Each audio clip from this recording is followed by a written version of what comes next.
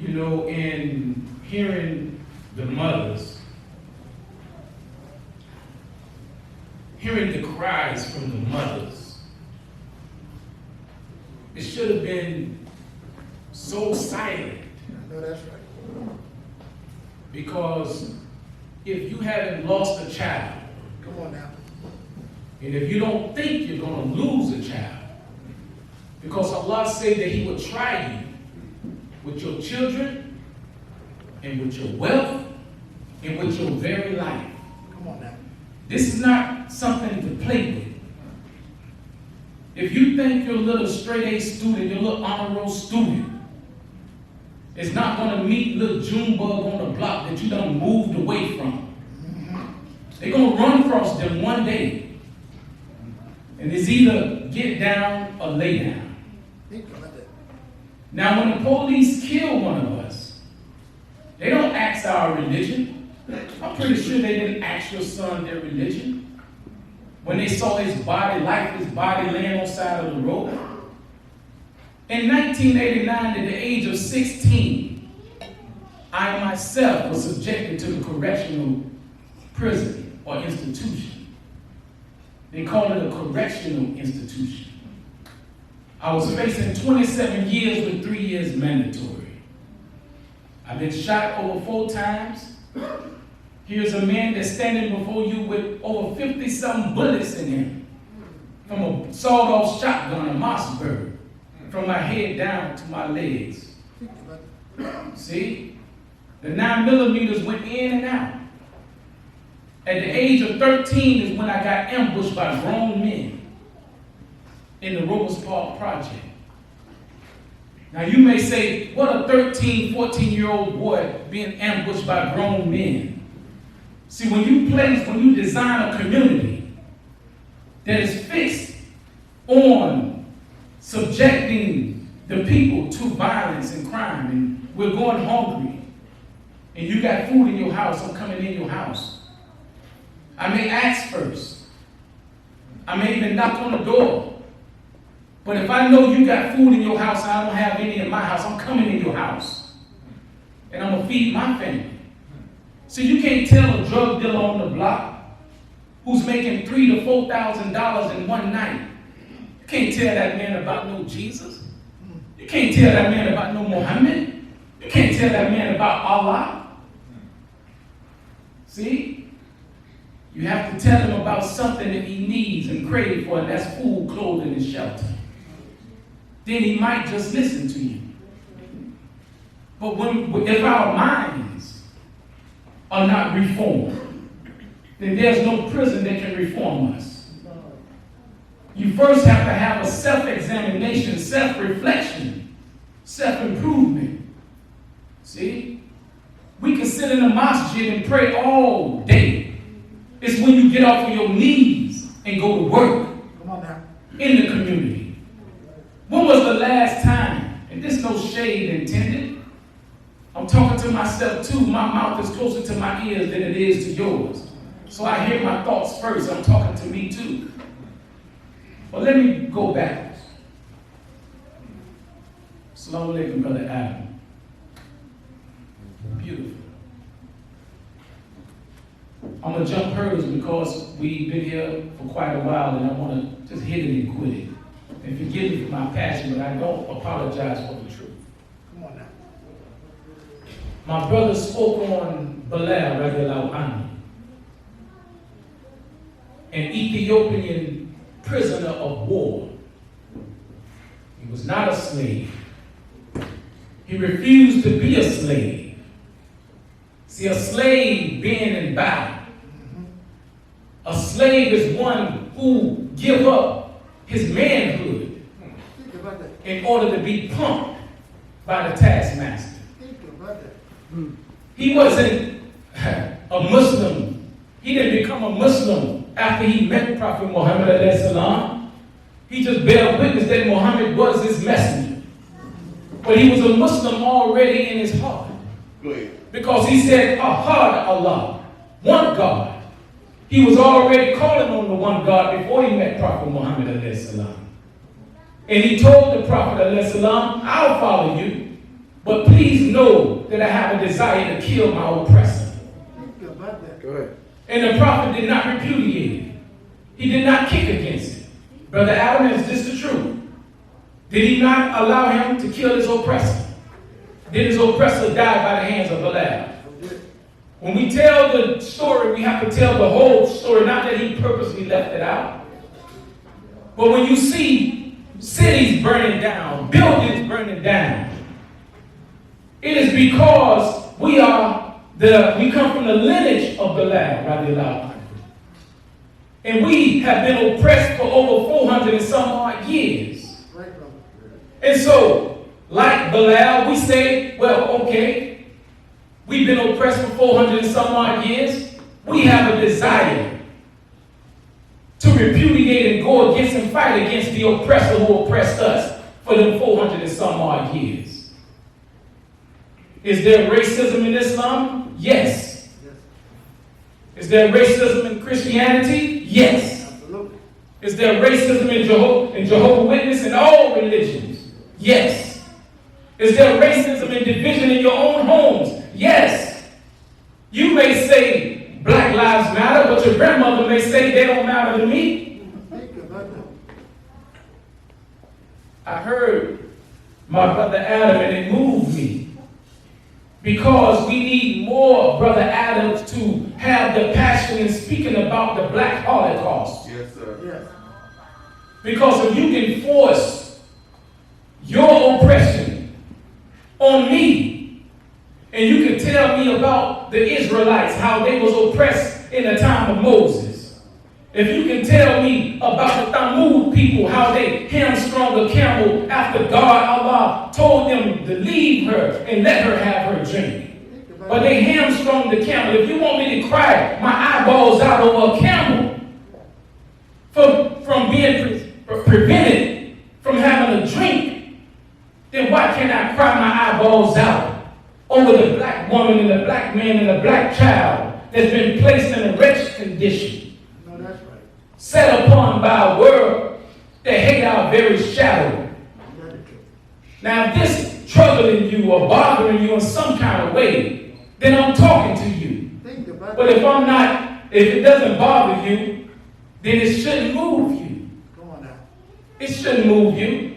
The old saying said, if you throw a rock, it's the dog, and somebody holler in the crowd, that's who it is. They didn't give this man a ticket from taking this family's son. They didn't even consider doing a blood test, and he was going to gamble. See? He was going to the casino. And I'm pretty sure they didn't give him a ticket. He went to the casino. If they didn't arrest him, he went to the casino with blood on his car. I know about the killings that take place in the penitentiary. I know about K. Wayne Slim, Nigga Charlie, Chicken George. You don't know about them. In the Florida State Prison, they got a man called K. Wayne Slim. About my height, my weight. He's so skinny that his back pockets touch when he walks. And his feet so big, he wear about a 12 or 13 shoe. And he had, see these goals in my mouth? Don't judge me, I had these things since 1987. Since 1987, this part of our culture. We come from a people who love gold. That's right. But after becoming Muslim, I learned a little more. So now that I know better, I'll do a little better. Yes, sir. But don't judge what's on my mouth, judge what's coming out of my mouth. In closing, K. Wayne Slim at a prison called Lake Butler.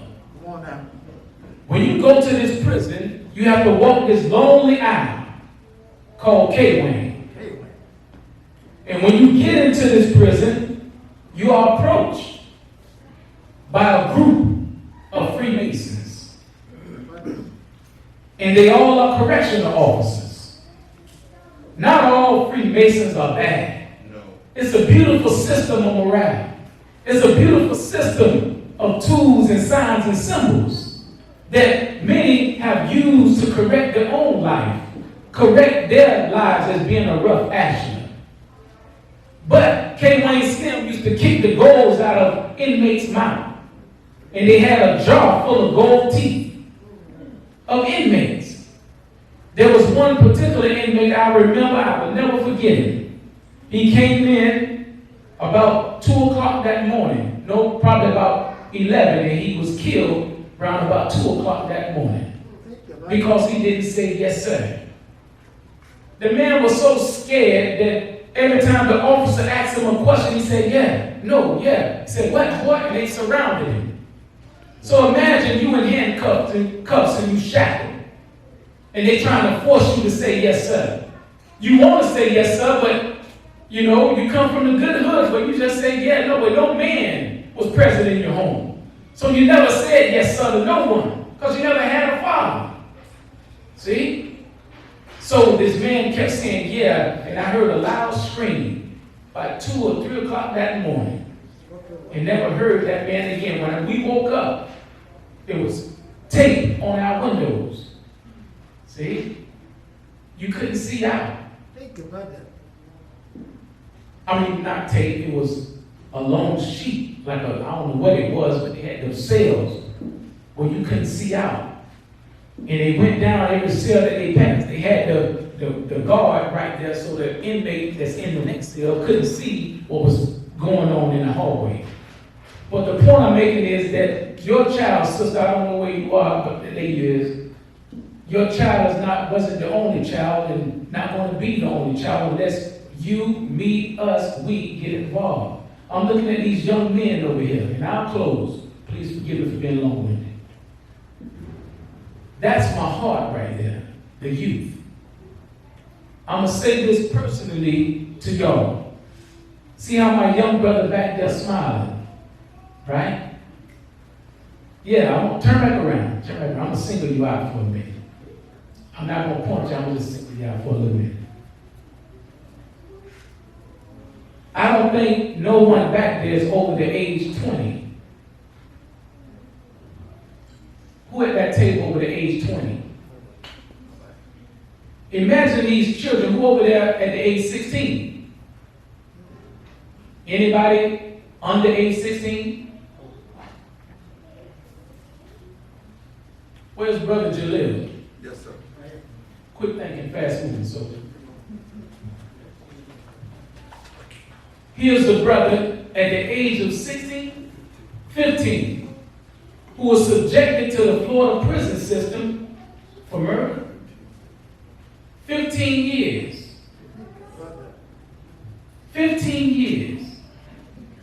Just to find out my brother was innocent, but he did the time.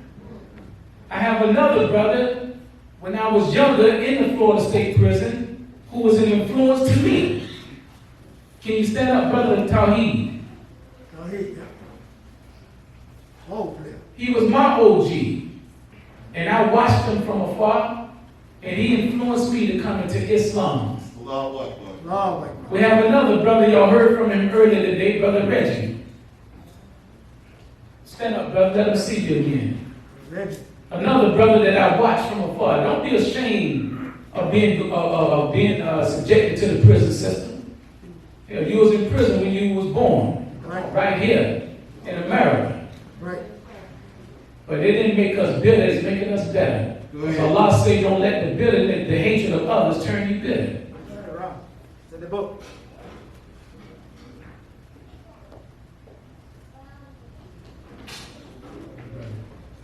We have Brother Keith on the wall right there. I just want you to see what prison reform looked like. There you go. It's Brother Keith on the wall. How many years you did, soldier? 6 years. Now, when I got out of prison, I met a brother named Hakeem Akil. I didn't want to go home. I said, Mama, whoever sent you this newspaper, I want to meet them. I went straight from the Greyhound, straight to Brother Hakeem Akil's corner, and I met Brother Hakeem, and he took me on his wing. I'm going to show you what it's going to take for us to assist in the reformation of an inmate that's coming out that want to do right. I haven't had a charge. I haven't been convicted of any crime or charge since 1989. That's beautiful. Here it is, these young brothers, young men, our future. If I ask them right now to raise their hand, do you know about Emmett Till? Have you ever heard of an Emmett Till? Stand up, young blood. Okay. Thank you, brother. Emmett Till was 14 years old. And he was killed because they said he whistled at a white woman. Even if he whistled at a white woman, listen what happened to him. They put a shotgun in his mouth. Sure did. Blowed the back of his head out. Mississippi. Took his private parts and shoved it in his mouth. What they did. Cut his ears off. Slit his throat. Mutilated him. I mean, they did him something bad. Gorged his eyes out. He was unrecognizable. And then they asked his mother, say, I don't think we should have a open casket. She said, no, I want the world to see what y'all did to my baby. What she said. See? So when we talk about events that occurred, Brother Adam, in all due respect, when we talk about events in the Bible, in the Quran, or any other historic facts, these are recent facts. Just a few years ago, that was in 1955. Right. Some of you probably was born in 1955 or earlier than that. But I talked about the tragedy. I want to tie this up with the love that comes out of that. How can love come out of that? Out of tragedy. Allah said, through every difficulty, there's ease. That's right. The ease is in the difficulty. Right. When I got out of prison, young blood, thank y'all, Brother Aslam, my brother right here, stand up, Brother Aslam. That's mine. Brother Aslam, let's give our brother a round of applause. It was Brother Aslam who took me under his wing. It was Brother Aslam who took me out to do dawah. It was Brother Aslam who came and prayed over my children when they was born. It was Brother Aslam who prayed for me. I love him. Got a rose while you're alive. This is my rose to you. You, my brother, I love you. You've always been a spiritual guide for me. Thank you. So, in closing, brothers and sisters, forgive me again for being long-winded. Our brother that's seated before me, I want to embrace him because what he have done and is doing, and what Allah is going to do further through him, by the permission of Almighty God Allah, I think we're going to shock the city of Tampa. Right. And young brothers, just know that your life is not just built on sport and play. Reform your mind. Reshape your mind. Get your head up out of the phones all day. Because we bow our heads to the phones more than we bow to Allah. Come on, think about that. See? There's a type of music that's going around that's affecting the black community called drill music. Yes, sir. If you know what drilling is when a man drilling in the military. Some of these brothers that you see with us, these brothers come out of the hood. And now they're coming out of the real hood that's covering their eyes. And they're coming into the light of themselves. We don't want to be sitting in your bushes changing shifts. We don't want to be waiting for you to come out of the store and snatching your purse. We don't want to be violating your daughters, violating your sons, and violating you. We don't want to do that. That's because somebody got to us and disturbed our wicked timeline. Come on now. So now we got to go out there and disturb somebody else's wicked timeline and bring the truth so that it can knock the brains out of falsehood. So I want to embrace my brother. Lord, I will get that love. Come on up, Alamo. Come on. Get that love. Got my mask. I'll turn this It's way. okay. Well, I'll tell you something. What a beautiful day. What a picture, man.